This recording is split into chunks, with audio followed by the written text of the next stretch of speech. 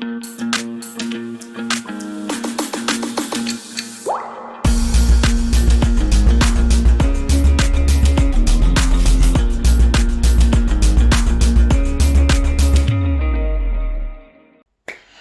hello. Welcome to GMA Talk, your most beloved, your most favorite, your most talk show, right here on YouTube, on everything and anything refugee here in Canada and around the world.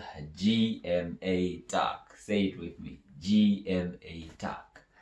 Thank you very much for joining us yet this week for another episode, for another talk show, for another highlight and in-depth look at what is happening around the world when it comes to refugees situations and issues around the world.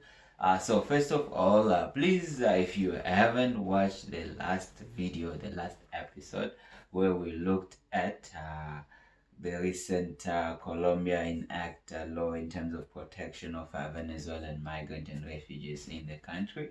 And then also we looked at Jordan in terms of studying refugee vaccination in January and how the UNHCR and the Global Alliance on Vaccination and the partnership and the memorandum of understanding that they've signed in terms of ensuring that refugees and internally displaced people, everybody really has access to vaccination, of COVID vaccination, of course, that's what we're talking about, and that nobody is safe or nobody is free unless everybody is vaccinated in the world. So please watch the last video, which is on Colombia and Jordan, and yeah, feel free to comment, like, share, subscribe.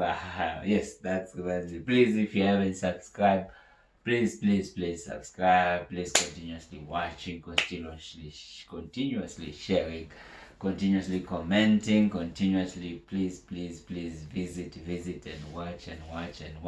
Spread the message. This is all about refugees awareness around the world and calling to action when it comes to refugees issues around the world, right here on GMA Talk. If you want to appear as a guest on this show, please get in touch, comment, email,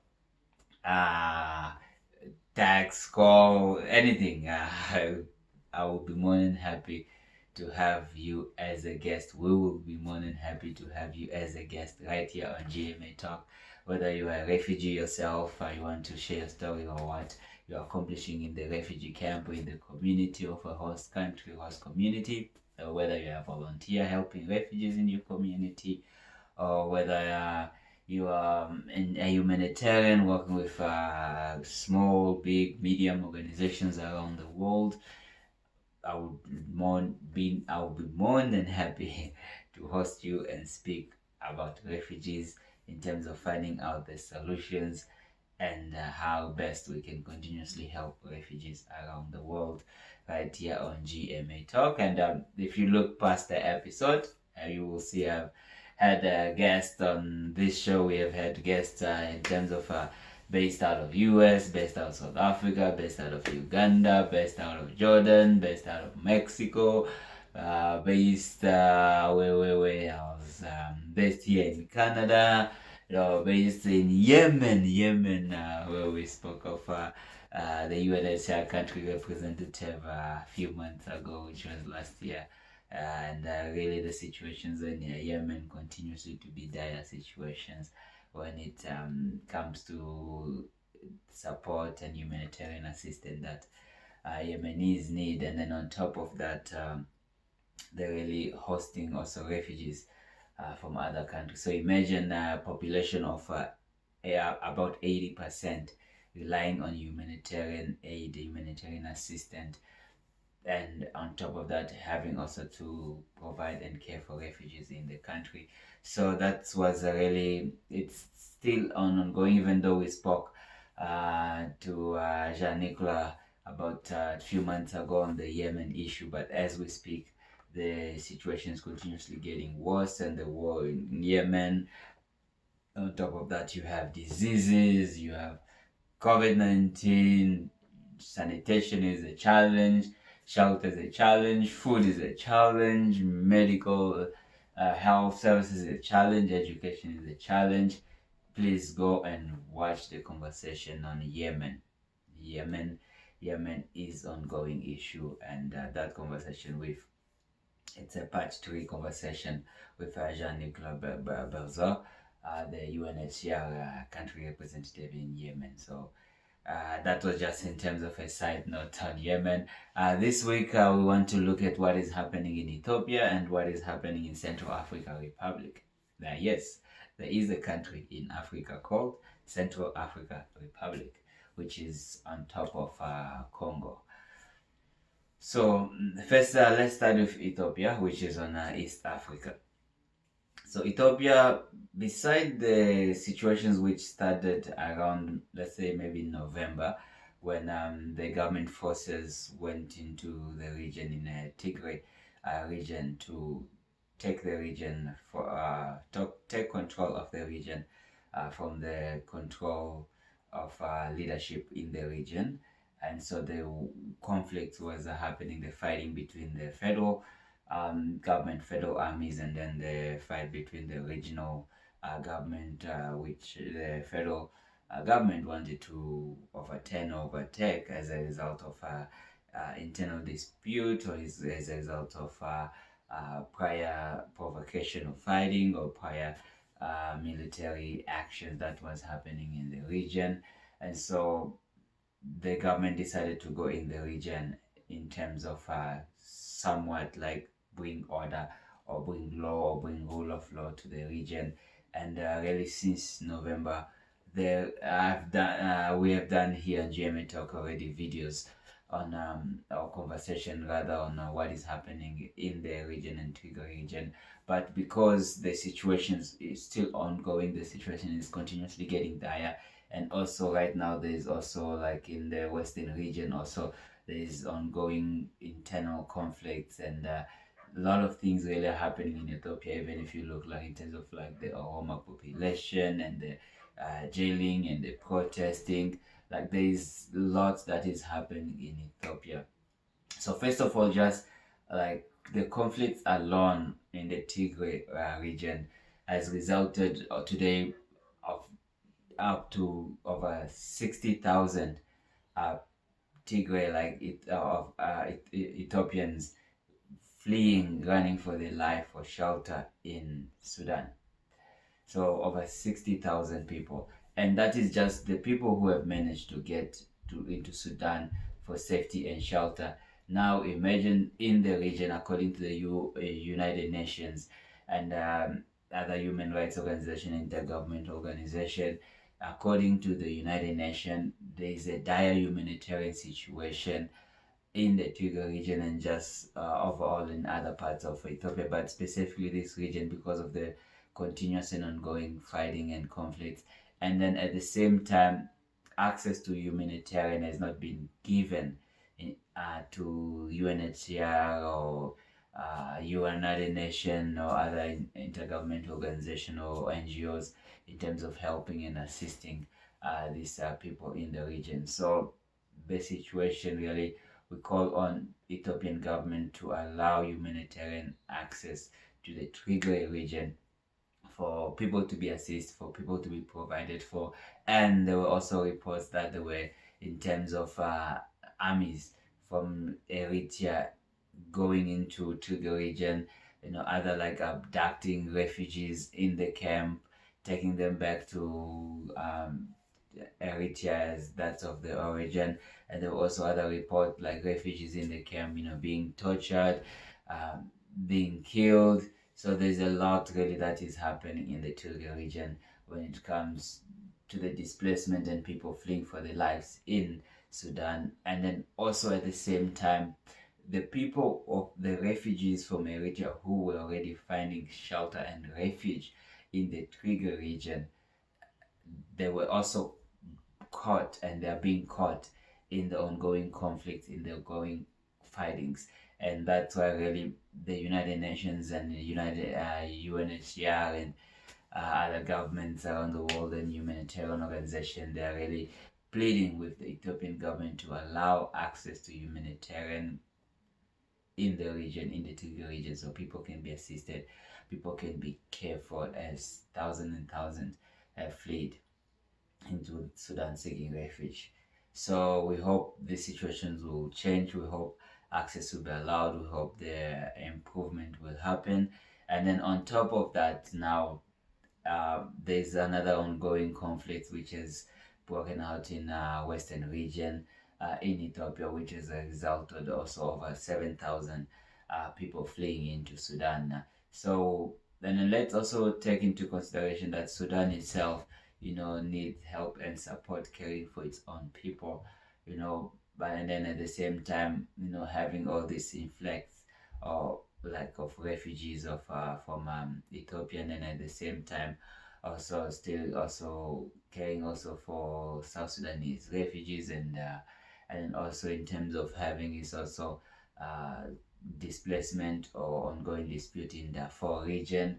So Sudan itself is a country which needs a system, which needs support in all level. But then when you're getting like refugees coming from different sides of the borders entering into the country, then you are getting really a lot of challenge which really need high attention, high support when it comes to caring people who are fleeing into Sudan, and then as well also those who still cannot find access or mobility into the region and in other parts of Ethiopia. So we hope the situations will get better.